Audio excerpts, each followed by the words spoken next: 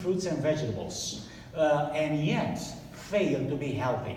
A complete and absolute health is related to the physical state of our mind, the way that we treat our mind. It's very, very important. So I can drink carrot juice, but if I hate people, I'm not healthy.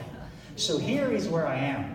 I would like to discuss the effect of positive thinking in our society. What is that positiveness that helps us to be better people and have indeed experienced a complete health?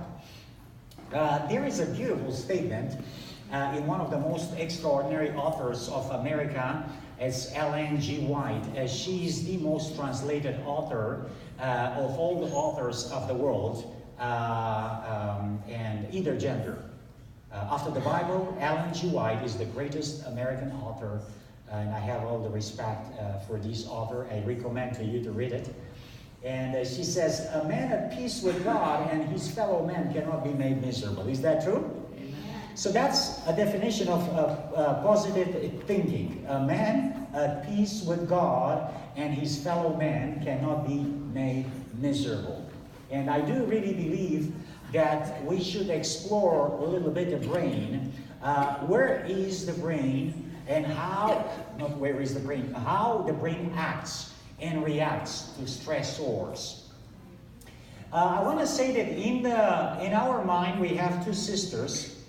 It's the rational intelligence and the emotions, the emotional intelligence. I will take just one side of the emotional intelligence today, and I would like to introduce you to that. Basically, these two sisters have a purpose. When God left emotional intelligence and rational intelligence together, they don't supposed to make war.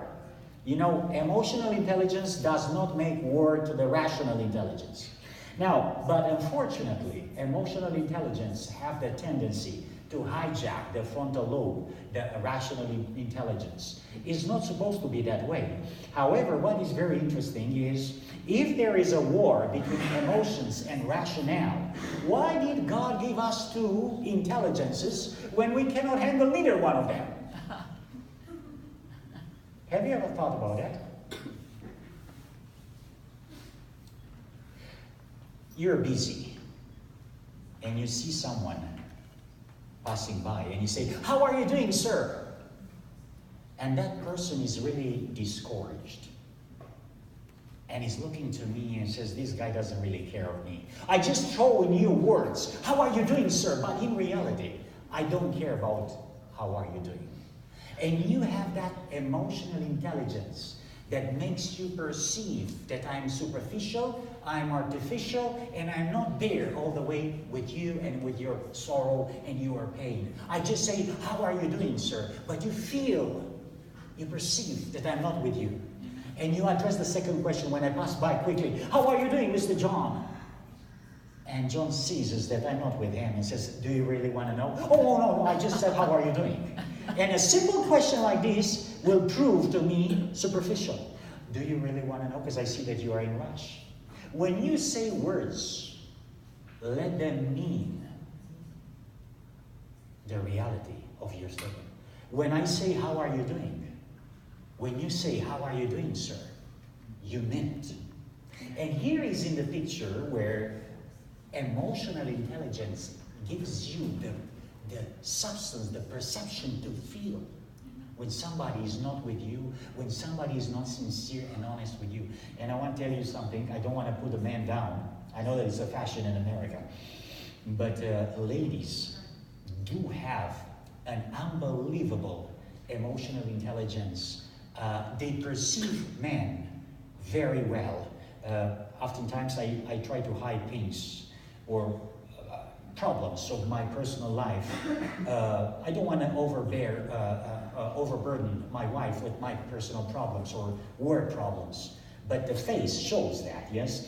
And sometimes I'm coming home and, we talk and my wife says, "How are you?" And I said, "I'm good."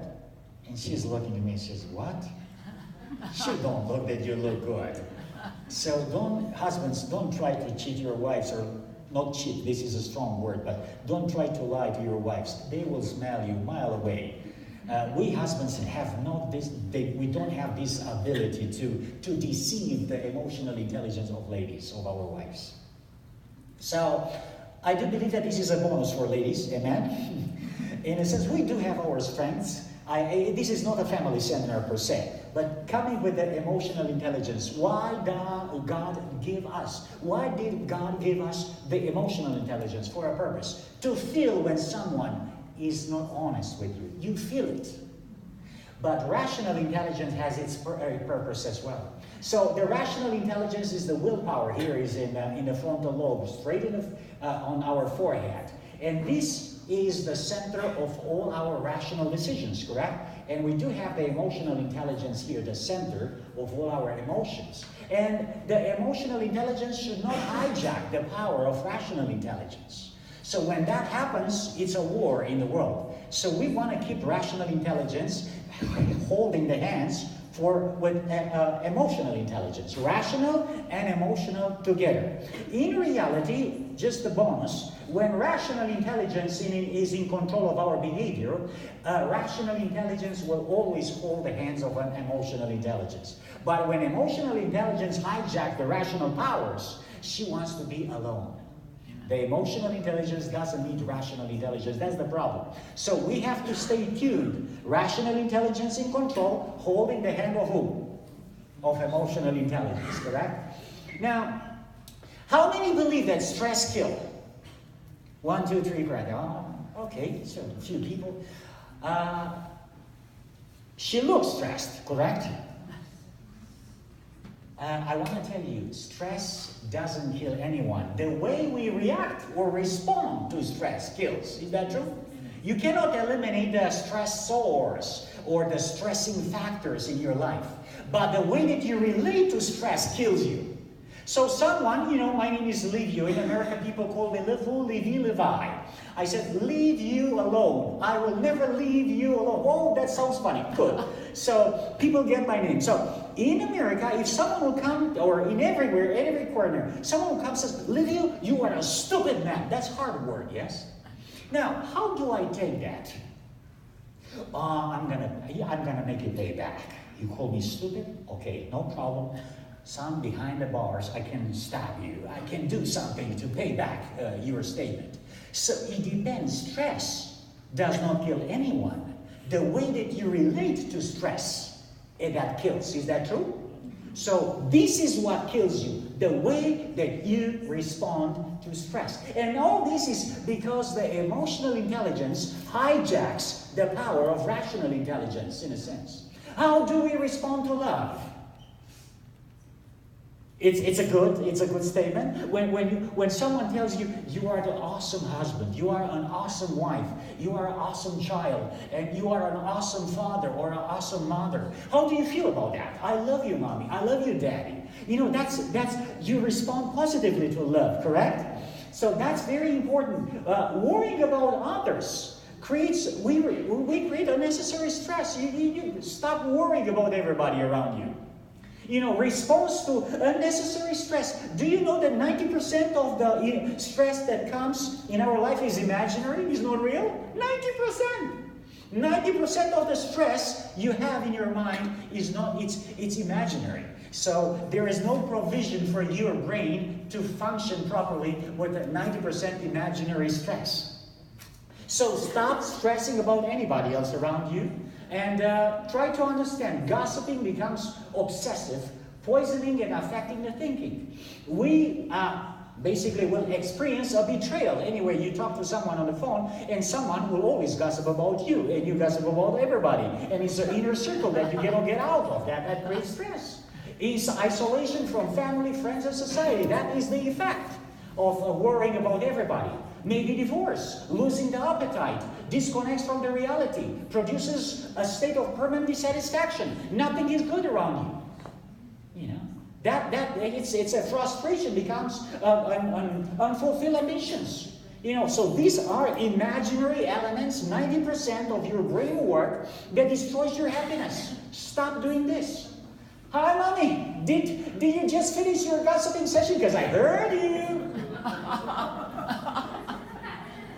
And then we say, Don't talk bad about this person. Don't talk bad. When I, a father, speak bad things about someone that is absent, and my child is listening, do you think that when I give him or her a lecture, stop talking bad things about your pastor, stop talking bad things about this brother or this friend or this co-worker, stop. Mom, you talk about that all the day, and now you lecture me not to talk. The kids will do exactly what they hear and see. We do, correct? So stop worrying about people, you know. We have to do this renovation technique and clean the brain out of junk and everything that is not necessary. 90% of your worries are not imaginary, are not real. And then you bomb yourself with stress that is not necessary. That is the information. Thought is one thing, and behavior is another thing. Thoughts, words, emotions, actions, habits, these form what? Character, correct? So this is what we are. Our thoughts, words, emotions, actions, habits will display, at the end of the day, character. Attitude, do you think that this is rational intelligence here or emotions? How much is rational here? Just the words, correct? But the attitude, it's emotion here. And I think that doesn't do good. You can drink carrot juice, you can eat bananas and apples, you can eat your fruits and vegetables, you can be vegan, you stop wearing leather shoes, you can stop wearing leather jacket, but if you have this attitude, you cannot get healthy. So, vegetarianism doesn't help. Carrot juice and orange juice, jamba juice, all kind of juice does not help. So if we want to have a complete health, we have to handle and to control the in-out thoughts, the in and out thoughts. If we control the emotional intelligence, if we control our emotions, then we can have a bit better quality of our life. So carrot juice, bananas, fruits, vegetables, good healthy diet will not help as long as we don't fix our mental issues. Now, emotional war is with selfishness, obsessed with self. Have you ever been obsessed with yourself? I was. I was tired to be obsessed with myself. In reality, I heard about, and you heard about the wisest king in the world, Solomon. You heard about that?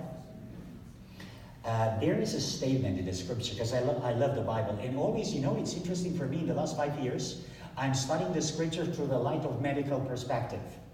And it's amazing, it's fascinating. The Bible is 90% medicine.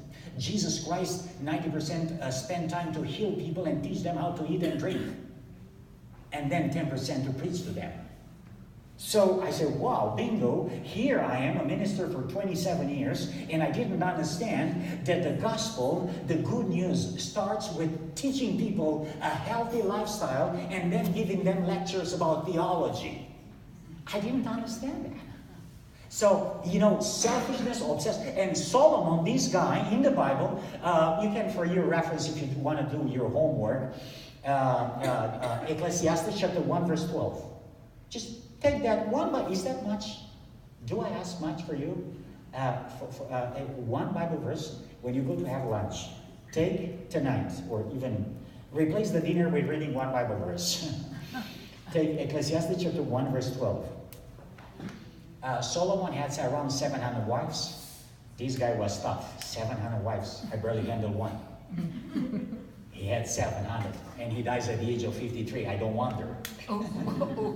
He dies, but no, it's not because of the wives. Don't take me wrong. No, Solomon died because he indulged himself to eat and to snack all the day long. He was the wisest man in the world.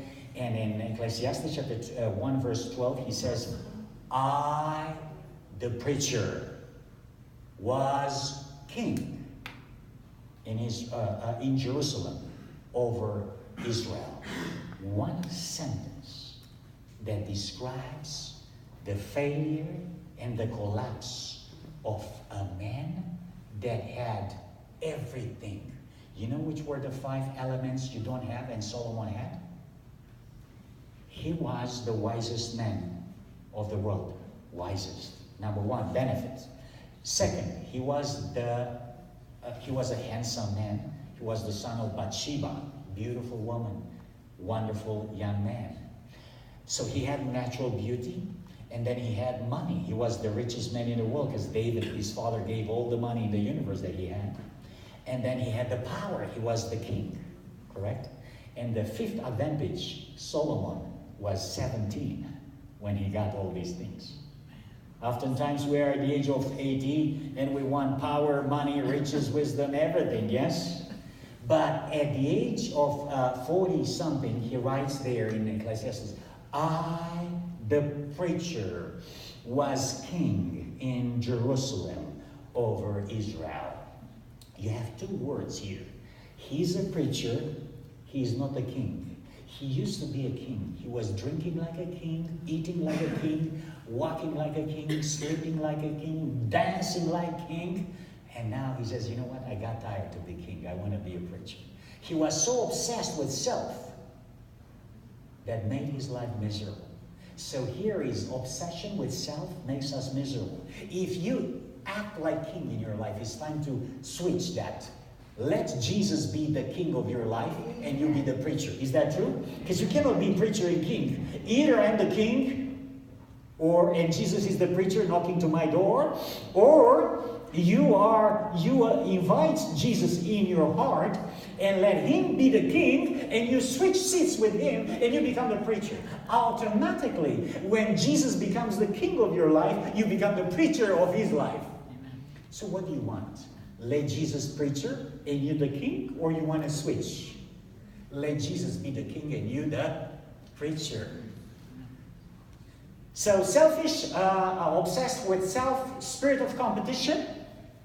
I'm the greatest. I want to be the greatest, yes. Envy, my happiness ends when yours begins. So, I have a friend in the auditorium, and I find out that Danny Balbach, my good friend, has $1 extra. I have $5.50, and I discovered today at 11:35 in the morning that Danny has $2 on top of what I have in the pocket. And I stopped being happy because why does he have $1 extra or $2 extra? So that's envy. Stop that. That kills you. Envy is not in the pharmacy. They don't have medication for envy.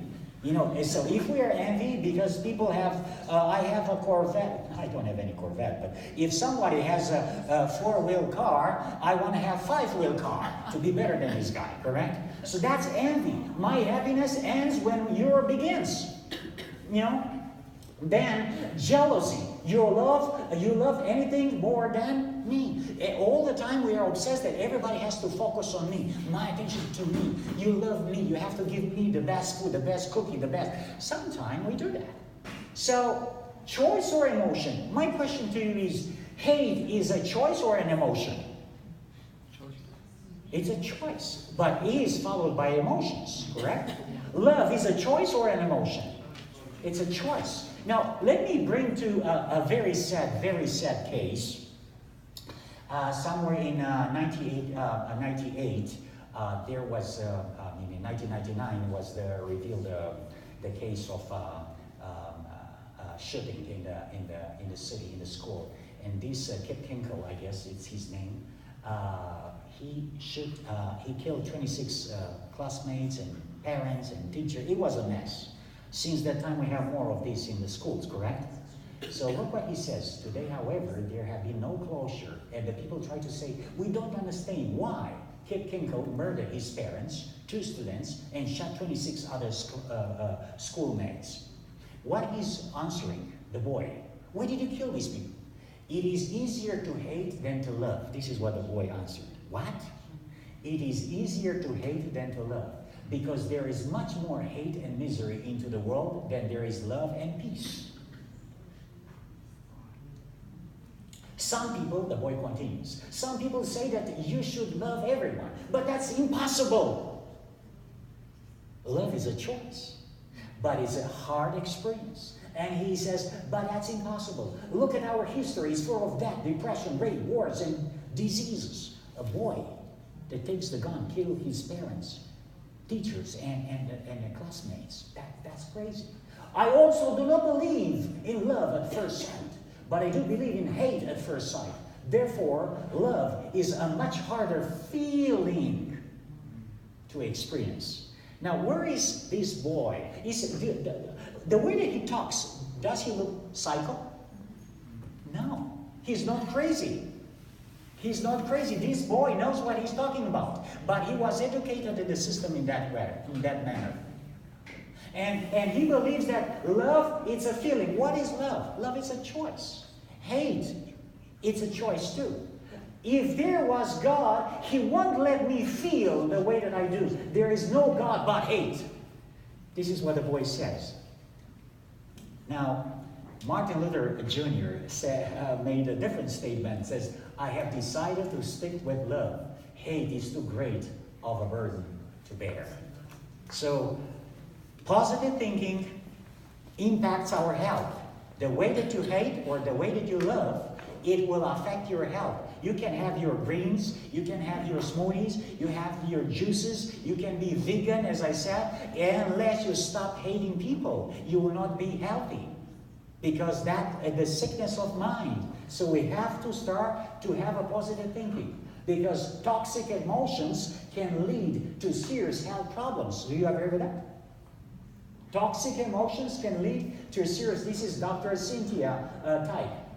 Toxic emotions can lead to serious health problems. So you can drink your orange juice and have your bananas in the morning and eat your almonds. But if we hate, if we envy, if we are jealous, if we are not reconciled with the people around us, we cannot be healthy. So don't try to be a vegan that hates people. Hitler was vegan. Hitler was vegan, and you know that he butchered over 20 million people and stuff.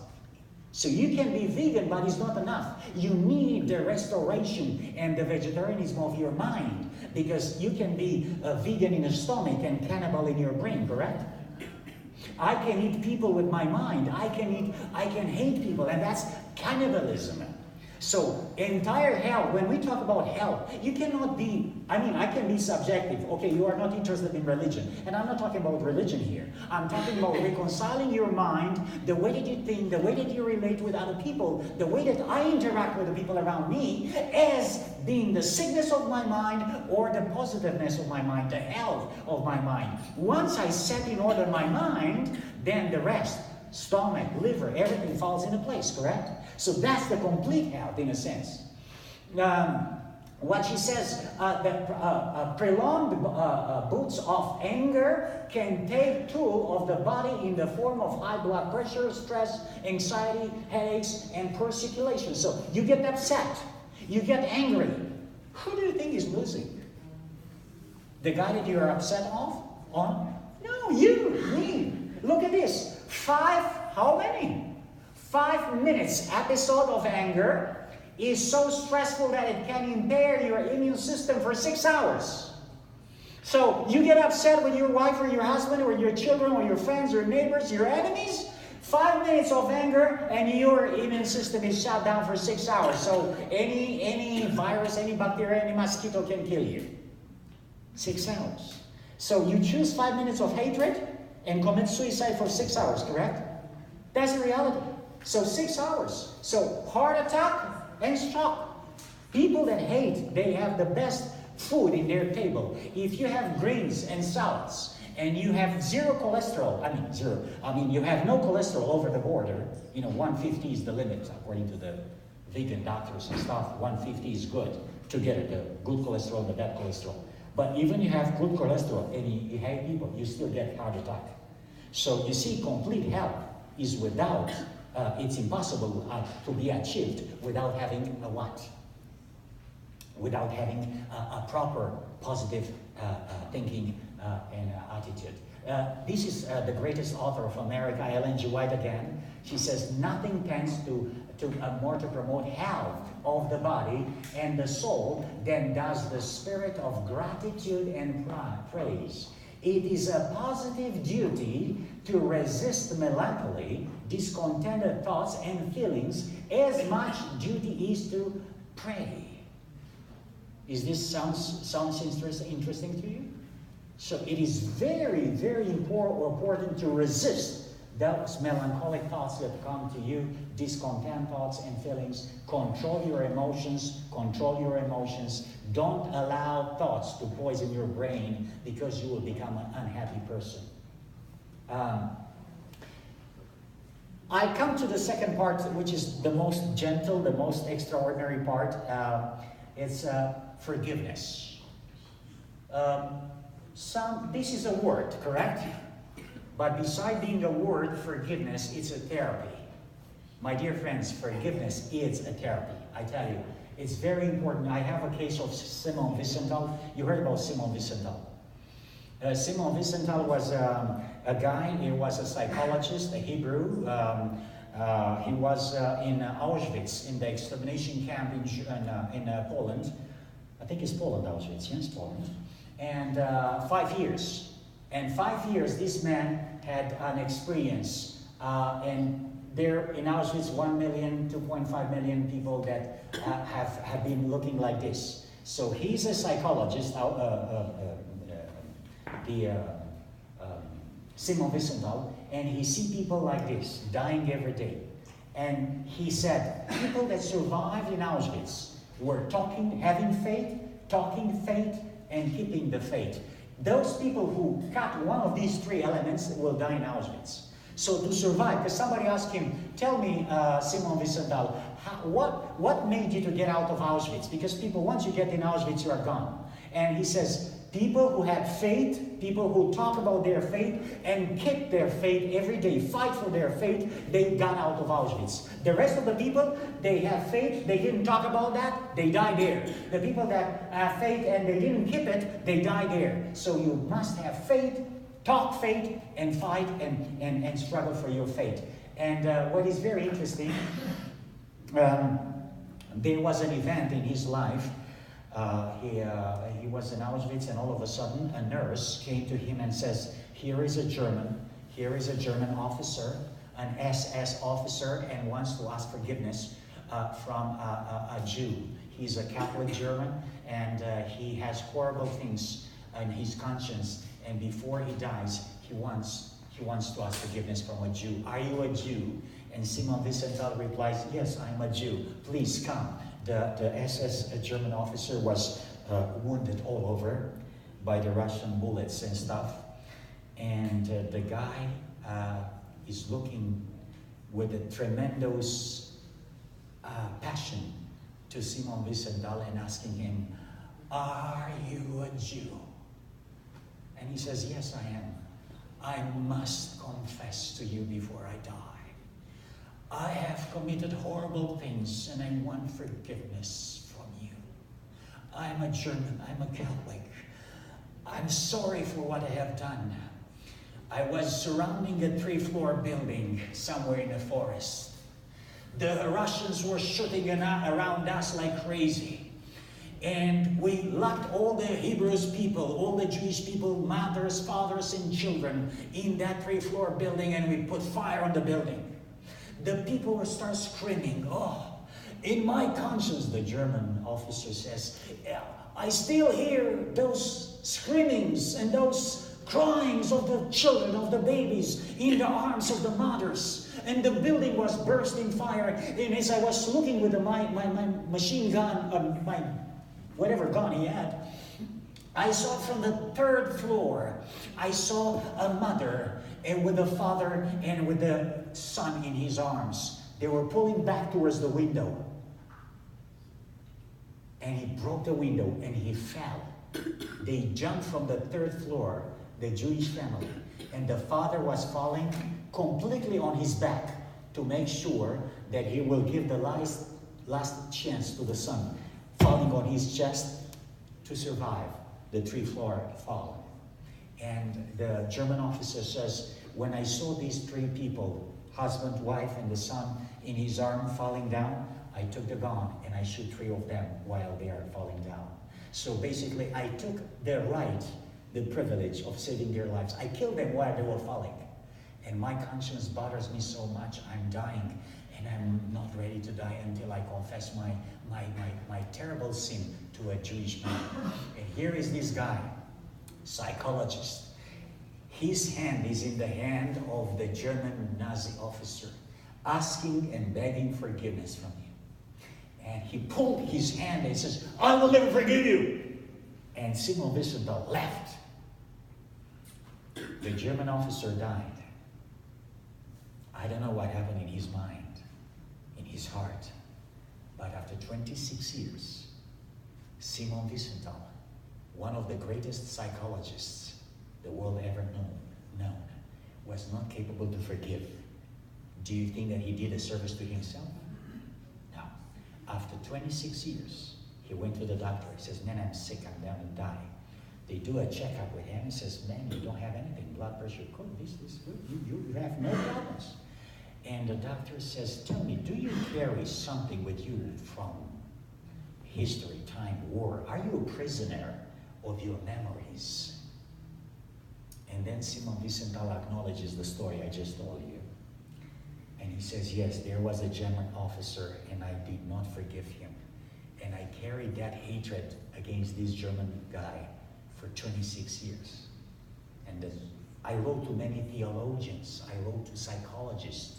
Did I do good? Did I do bad? That I didn't forgive him? And the doctor is looking to him and says, man, if you don't get rid of that hatred against a man that even doesn't exist at this time, you're gonna die. That will bring you in the grave. Hatred will bring you in the grave. Makes your life misery. 26 years of misery for not being capable to forgive. And I tell you something, forgiveness is a therapy. Then he decided to give a memo, a forgiveness element in the picture.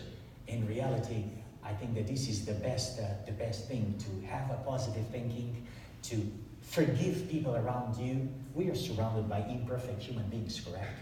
Vegetarianism does not make us saints. Vegetarianism is a lifestyle, but we have to be vegetarian in our brain too. Non-combatant, non-aggressive, non-hating people. We have to have that vegetarianism in our mind too, because after times we can become vegetarians and have that attitude of war, of hating people, which makes us more dangerous in a sense. So positive thinking is very, very important.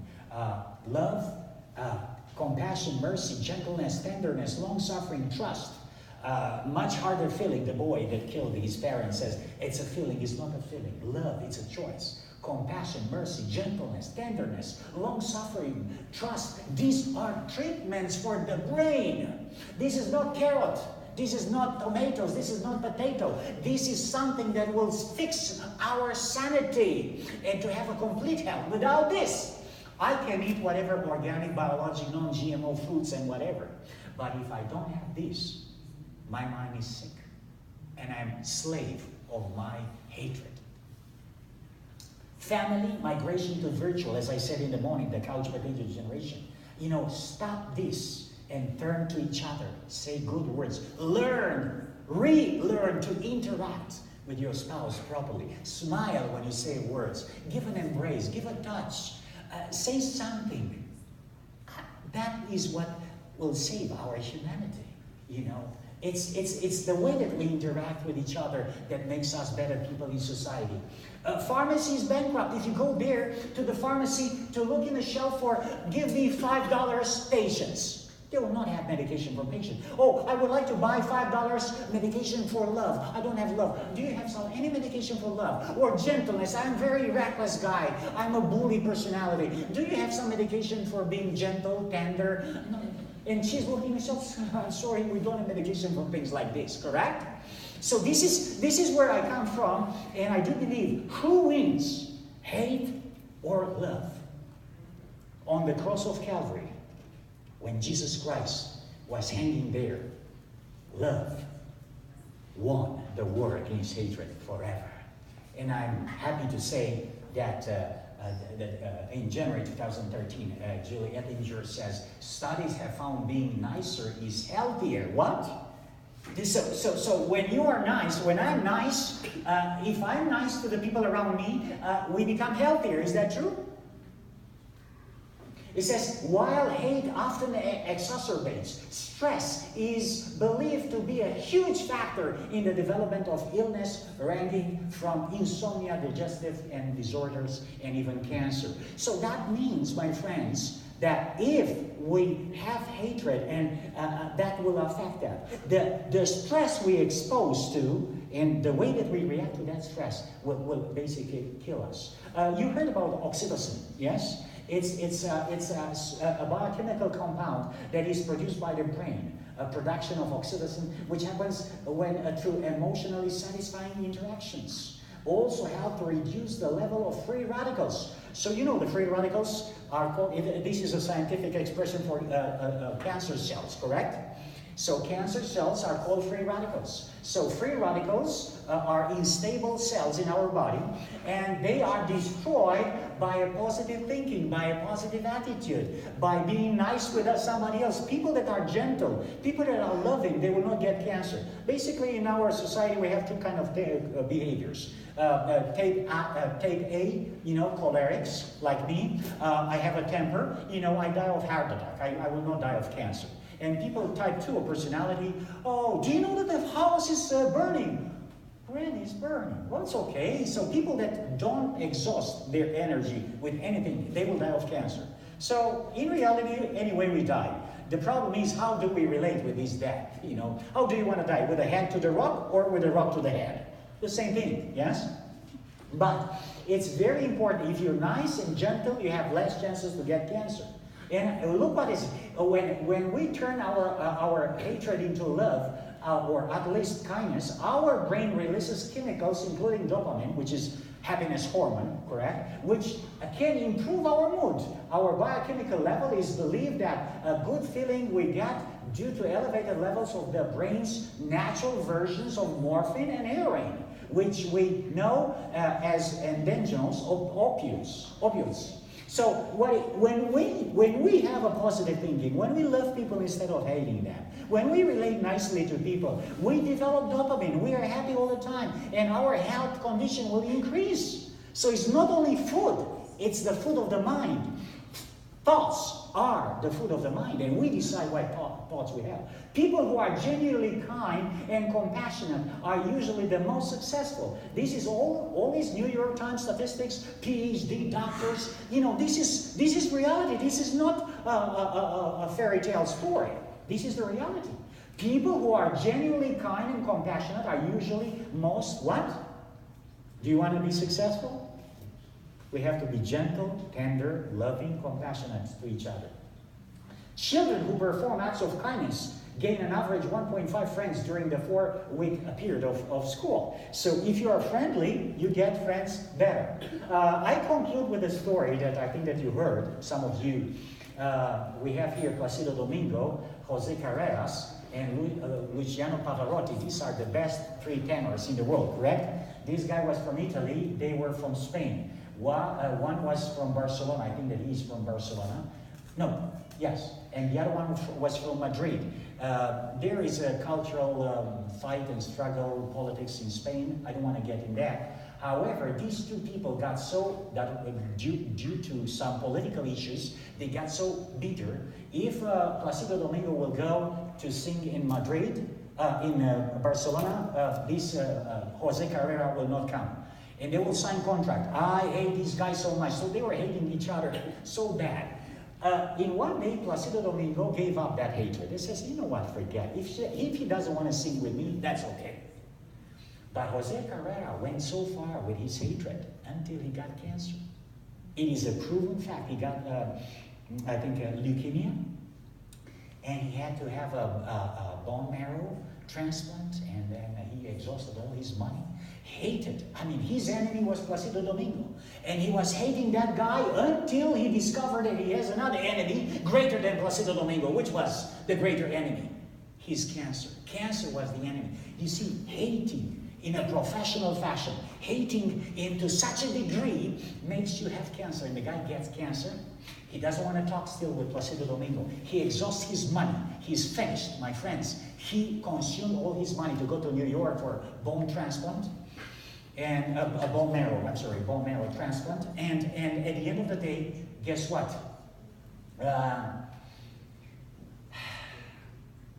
Placido Domingo, his friend, creates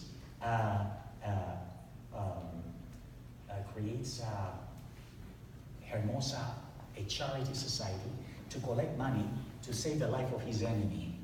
So what this guy does is collecting money, and Carreras will be so hateful, he will not accept money from his enemy. He says, no, I hate you, I don't need your money, I'd rather die rather to save my life, but I don't accept your help. So what Placido Domingo did, he created Hermosa Foundation, and he collected money in Spain and overseas, and put in that foundation to help him, to help Carreras to continue his treatment against leukemia. Eventually, he was recovered from leukemia, and later on, Jose Carreras discovered that his greatest enemy is the founder of that charity society. And people asked Placido Domingo, well, you could leave him to die, you know, it's okay, let Jose Carreras die, because you will be the best tenor in Spain, and you know, you don't have a competitor. And he says, we could not afford to lose a voice like that. So who wins in between love and hatred, brethren, my friends? Love. So when Jose Carrera heard, and he went to inspect the bylaws of Hermosa, this charity society discovered that his enemy was the sponsor. He went publicly, he had a public show singing in Madrid, Placido Domingo, and Jose Carrera, the worst enemy of this guy, he comes and kneels down before Placido Domingo in front of the entire public there. Kneel down and says, I ask you forgiveness. You are a better person than me. Love conquered my heart. So the love of that man changed the mind of his enemy, Jose Carreras. And from the enemy, he became the best friend of this guy. So from that time, they start to sing together again. So in this situation, a champion is afraid of losing. Everyone else is afraid of winning. Is that true? Jose Carreras was a champion of hatred, but Placido Domingos was a champion of love. And love is always winning, my friends. A champion is afraid of losing. Everyone is afraid of winning. And I do believe a champion is someone who gets up when he can't. And I do believe that if you want to be a champion, stand up for yourself, correct your thinking, pray to God to give you good thoughts, have a positive thinking, forgive people that you hate, stop hating people, drink your juices, eat your fruits and vegetables, but correct your mind and prove a positive thinking. Napoleon, this is my final statement. Napoleon was one of the extraordinary individuals that conquered the world. Yes, Napoleon. And he says there were two powers in the world, the sword and the pen, and always the former has been conquered by the latter. The Bible always won against the sword. Love always won against hatred. Is that interesting, my friends? The letter, the word of God won. Love of God loves hatred all the time. And he says, I know a man. I tell you that Jesus Christ is not mere man. Between him and every other person in the world, there is no possible term of comparison. And he says, Alexander, Caesar, Charlemagne, and I found empires. But on what did rest the creation of our genius? Upon force. And he says, Jesus Christ founded his empire upon love. And at this hour, millions of men would die for him. He was on the dying bed, and he saw that his name, Napoleon, cannot compare with the name of Jesus Christ, which was the champion of love. The one that saved and redeemed us. My dear friends, do you want a complete health? You have to stop hating. You have to practice forgiveness therapy. Give up the memories you have. Don't be the prisoner of bad words, of bad actions, prisoner of things that are in past and put you down every day. Just let it go. And if you will come with love, you will choose to feed your mind with love, that will change your entire personality. 90% of the diseases in our body are from the mind. So let's have our fruits and vegetables with joy, with love, with respect for each other, with gentleness, with compassion, with admiration, with self-sacrifice. This is our calling, and this is where we are, champions of forgiveness. It is my wish and prayer for you today. And I thank you very much for understanding the value of the health of mind in order to achieve a complete health and happiness. Thank you very much.